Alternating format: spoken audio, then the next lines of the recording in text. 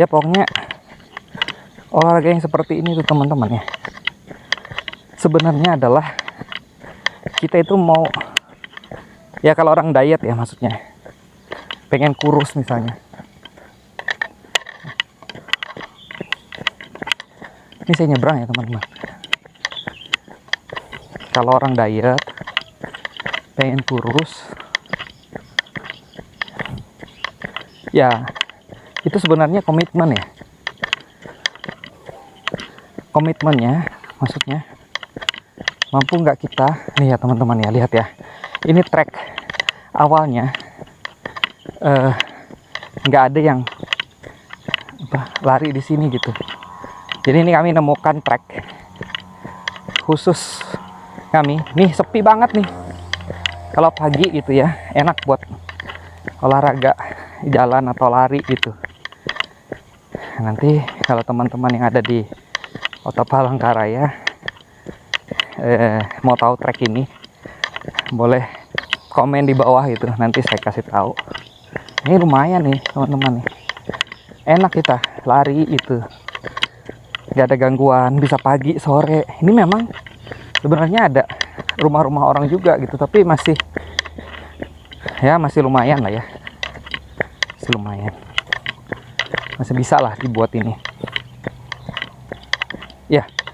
Jadi tadi intinya itu adalah bagaimana kita berkomitmen teman-teman. Nah ini udah 2 kilo nih, belum ya,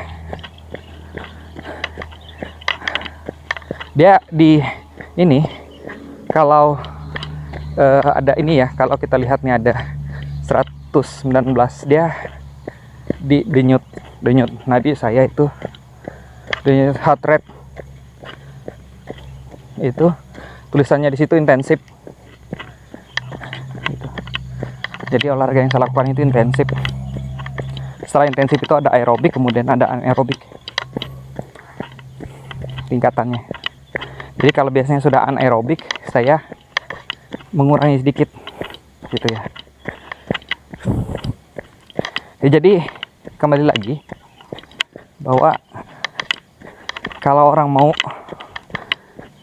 diet atau orang misalnya mau menurunkan berat badan, kalau saya ya, itu lebih ke arah komitmen teman-teman. Program sih program banyak gitu ya, silahkan gitu ya program, tapi pada intinya adalah komit ya. Teman-teman mau nggak melakukan itu tiap hari gitu ya, misalnya kebiasaan itu olahraga, bangun pagi misalnya, menyediakan waktu 1 jam untuk berolahraga, bergerak ya, bisa outdoor, bisa indoor, ya terserah ya. Apalagi yang punya fasilitas-fasilitas di rumah, atau misalnya nge-gym gitu ya. Tapi pada intinya ya komitmen. Atau misalnya teman-teman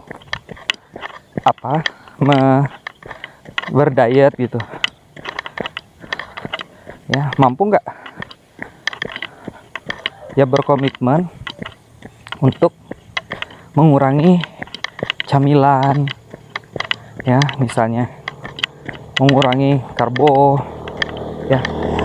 Karena sebenarnya ya teman-teman ya, menurut artikel yang saya baca, dan ini kayaknya memang betul gitu, tubuh kita itu hanya diperbolehkan untuk mengkonsumsi gula itu hanya 2 sendok teh ya teman-teman ya. Ya bayangkan ya, 2 sendok teh aja ya. Beda ya 2 sendok makan dengan 2 sendok teh. 2 sendok makan kan yang sendok yang besar gitu, ini hanya 2 sendok teh yang kecil ya. Itu bayangkan. Sedangkan makanan-makanan kita itu full gula yang lain gitu ya. Misalnya yang manis-manis, semuanya manis-manis gitu ya. Kita itu untungnya ya ada insulin gitu ya, tapi lama kelamaan juga kita bingung gitu, tubuh kita bingung gitu kalau kebanyakan gulanya. Mau diapain nih gitu. Makanya akhirnya ada yang namanya diabetes ya tipe 2 ya, karena ya lebih ke arah pola hidup ya. Makanya tiap karbohidrat juga kan nanti dia jadi gula-gula juga. Makanya saya sekarang itu ngurangin karbohidrat ya. Ya ada pengaruhnya juga dengan, kalau teman-teman pernah nonton di history itu ya teman-teman ya, ada judulnya Alone.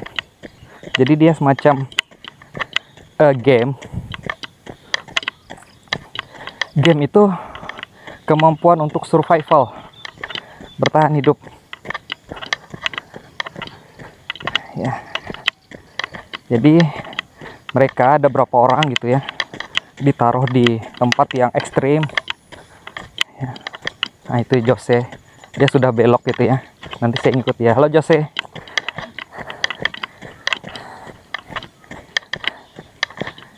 Nanti mereka di Patagonia ya, kalau nggak salah tempatnya di Patagonia itu ya, tempat yang sangat dingin ya di luar sana. Jadi mereka disuruh bertahan hidup, nggak boleh bawa makanan, jadi mereka makan dari yang ada aja di situ gitu. Tentu saja dia nggak akan dapat asupan karbohidrat sama sekali ya teman-teman ya. Nggak ada bawa beras, nggak ada bawa roti, nggak ada bawa gula ya. Pokoknya dia makan minum seadanya yang dia dapat dari sana gitu ya, di Alone itu.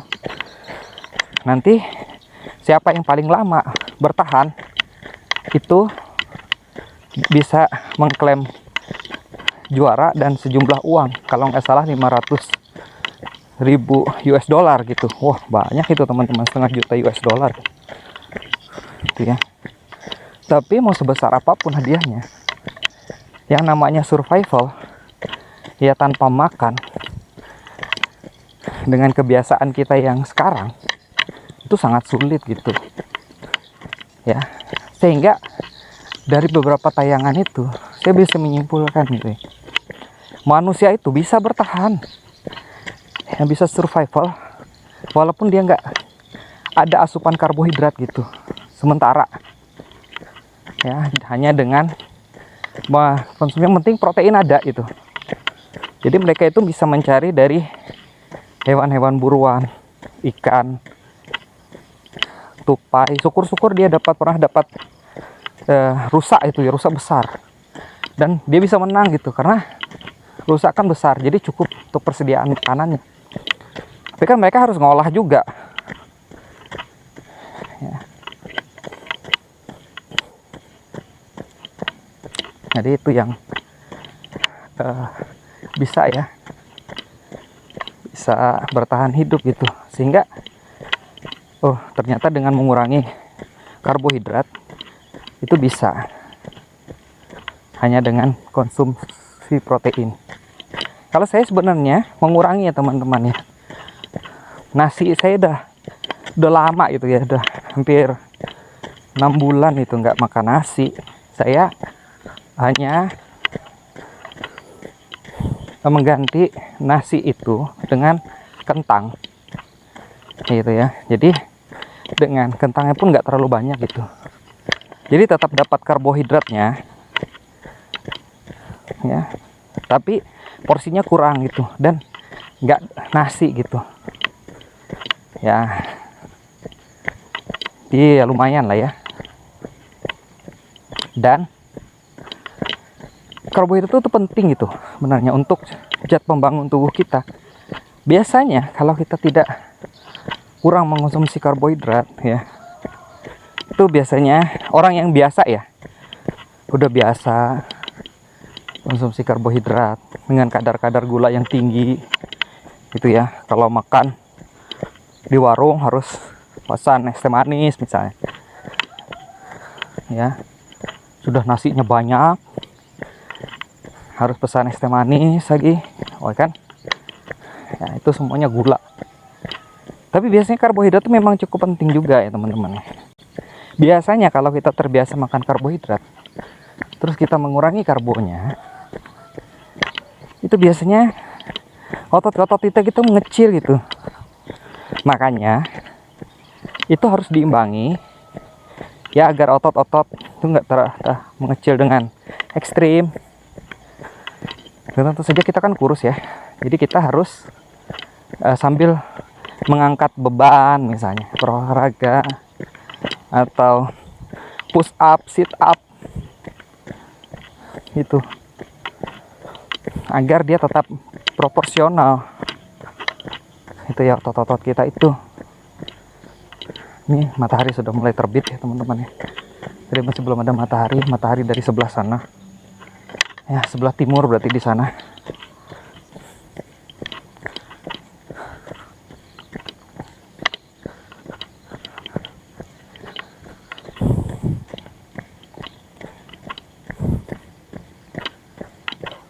Kalau lari seperti ini biasanya harus sabar ya teman-teman ya. Olahraga itu maksudnya diet, tidak ada hasil yang instan gitu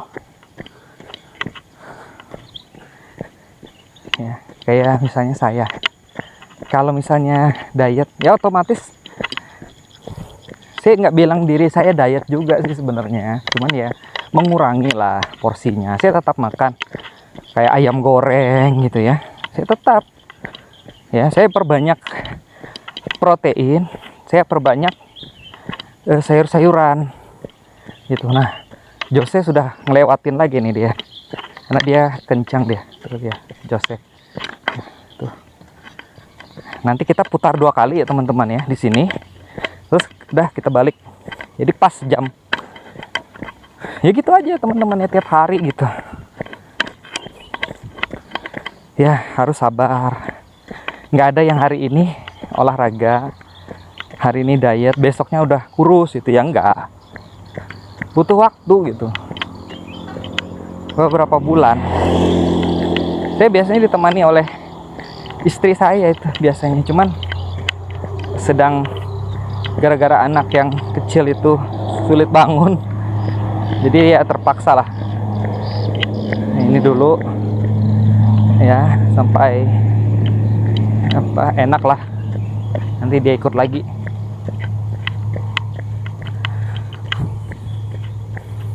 Jadi harus sabar ya teman-teman ya, komitmen, tapi yakin bisa gitu kalau setiap hari gitu dilakukan, terbiasa.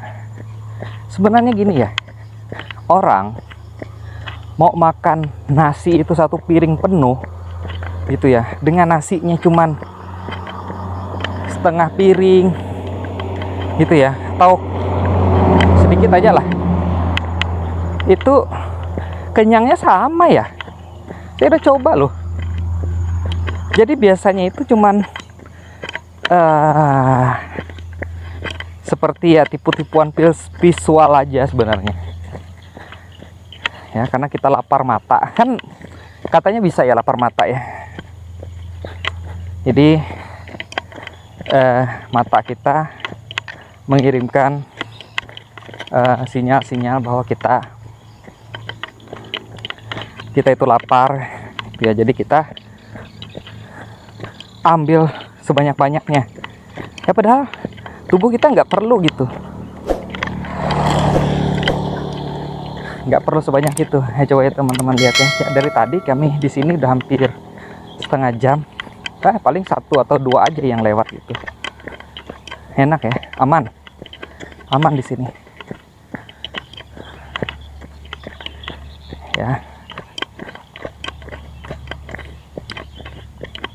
Jadi gitu ya teman-teman ya. Jadi jangan tertipu dengan lapar mata visual ya. Lapar mata itu kan ya nggak cuman tentang makanan gitu ya macam-macam gitu.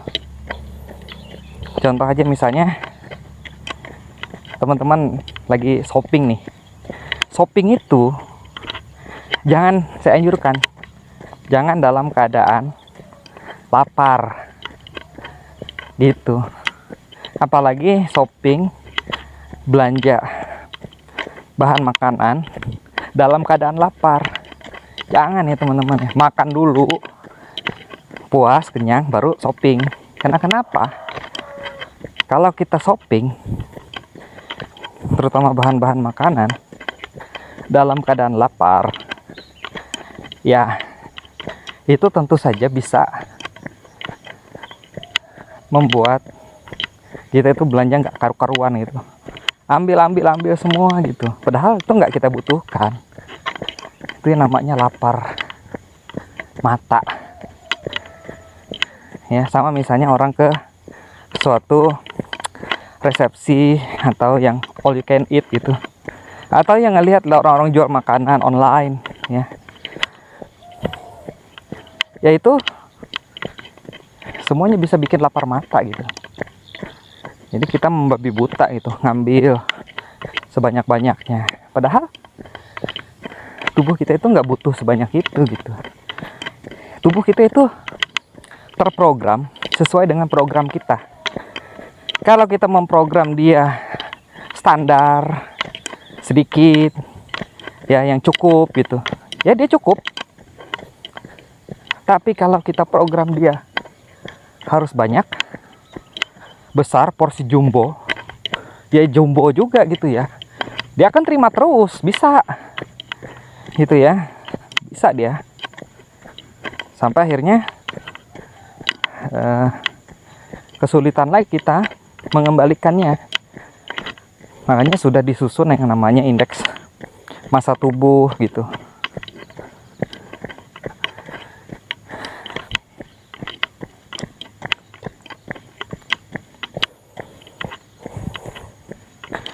Jadi harus ideal ya teman-teman ya, seimbang. Saya itu teman-teman awalnya dulu memang komitmennya gini.